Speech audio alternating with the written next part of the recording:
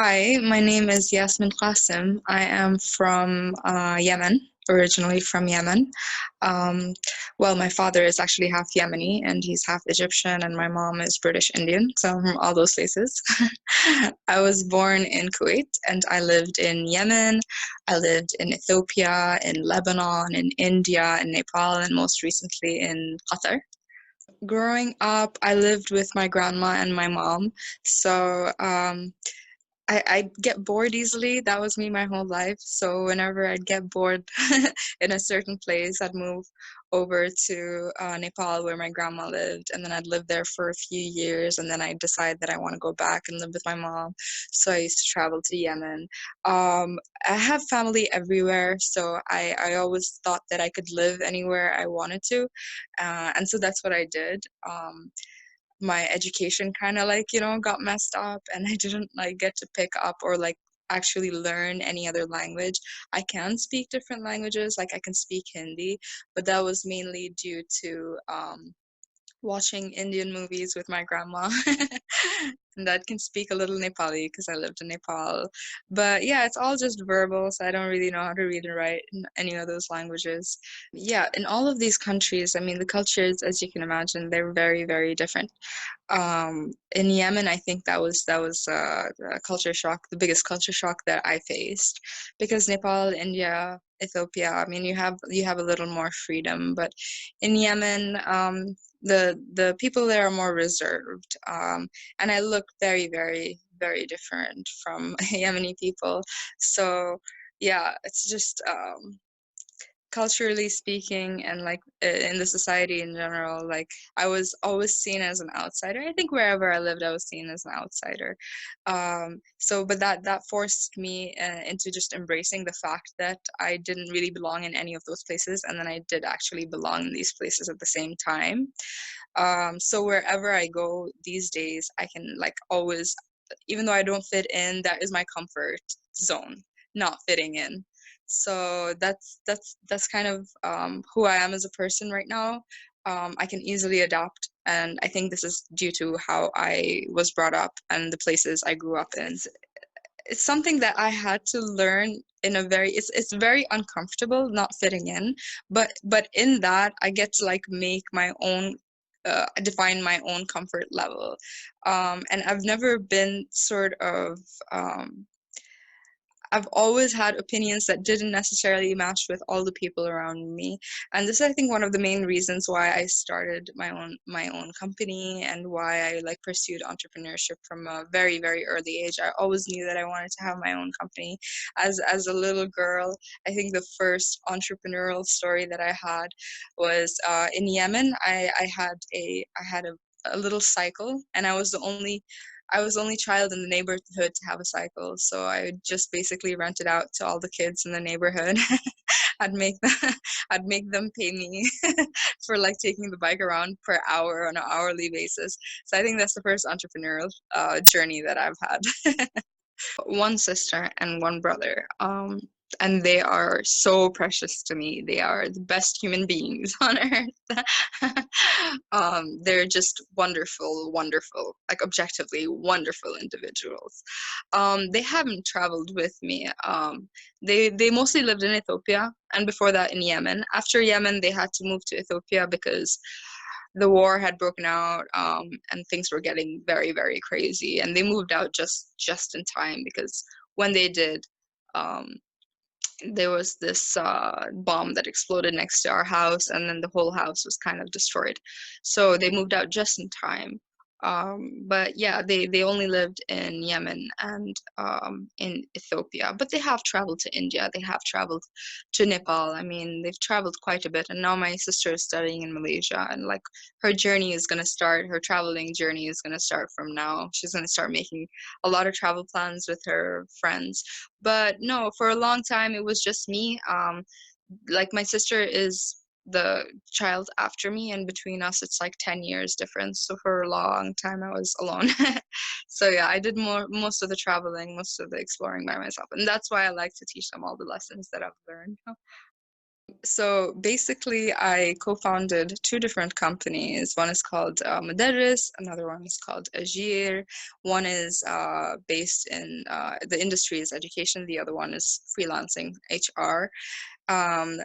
These companies, well, the first one is an international company, and that is something that I've wanted to do for a very long time. I wanted to create a product and then make it international, not just sell it to the local market.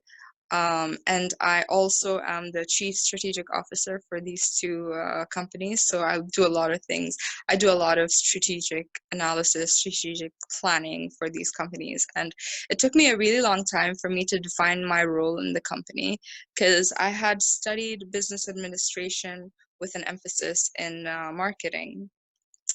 But I never really liked the role of marketing, because I felt like whatever I was doing was a lot more than just marketing.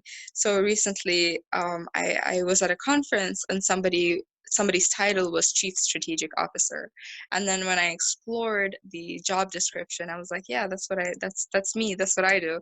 And that's how I came up with the title. And the title is so important. Like, I didn't know how important it was to a company for you to have a certain title. And having a title that exactly defines my role in the company is just something it's pretty amazing. It defines everything. Modaris is a education technology platform. It links students to trainers and teachers and tutors.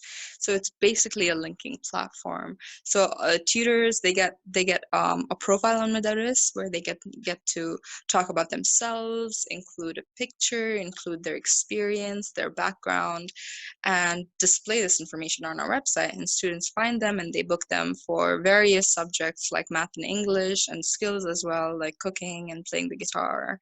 And yeah, so that's what Modaris does. Ajeer is a basic freelancing platform. It's more catered to the unique needs of companies based in Qatar and in the broader Middle East and Gulf region. So it's just a freelancing platform where companies post jobs and they can get freelancers in their area to work for them. For Modaris, we operate in Qatar, Malaysia, Australia, and Turkey. So we've scaled to all these countries this year. Modaris, our offering I mean, the demand is everywhere. Everyone requires personal tutoring, private tutoring, home tutoring. So yeah, so we're trying to scale as much as possible, and then we're going to be scaling a little more next year. But for Ajeer, for the freelancing platform, we basically created it because we felt that the needs of employers based in Qatar and the Middle East, they're a little different. So they're not very comfortable in hiring remote freelancers. They need freelancers, but they need them to come to their office. So Ajeer kind of caters to their special needs. So Ajeer is gonna, if it's gonna scale, it's gonna scale regionally, but Modaris is gonna scale internationally. My journey as a woman in business has not been easy. It's largely due to discrimination and sexism and stuff like that. And for a long time, I have to be honest that I just accepted it as is for a very long time.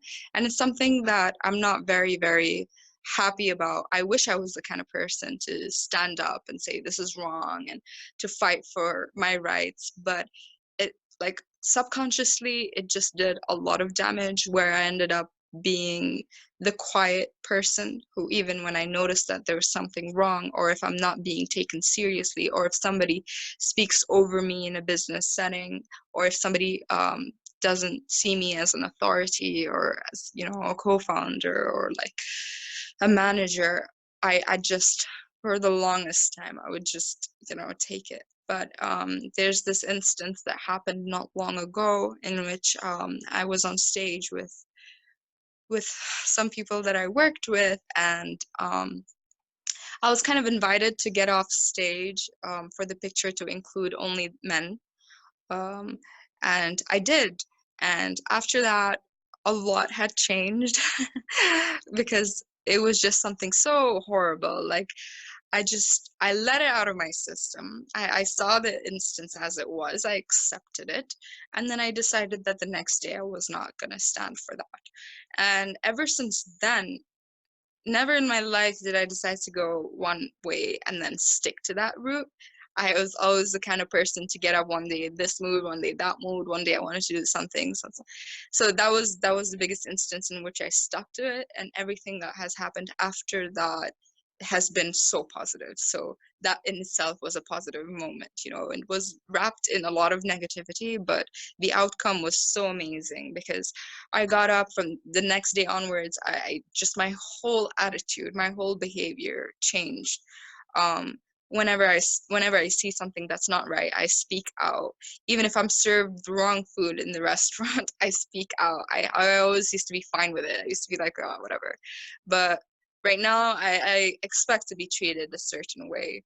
Um, but yeah, this, it still exists in our region, this sexism, this discrimination.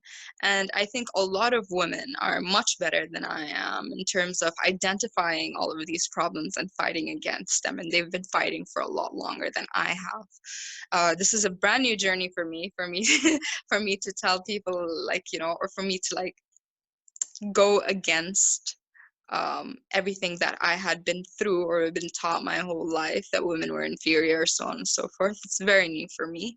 But in the region, there are some really, really strong women who just wouldn't stand for anything like that. So yeah, sexism exists, but it's not just, I mean, women are not being as oppressed easily anymore. I feel they're becoming more empowered. Like, if you had to take one message from what I'm saying right now, is if you are a woman in an empowered position, if you are an entrepreneur, if you are a manager, if you are a co-founder, it doesn't mean that you have to be rock solid. For the longest time, I felt that I didn't belong at, like, you know, in this space, because I felt like I was too emotional and I would treat my employees as friends. So I thought that I didn't have any authority.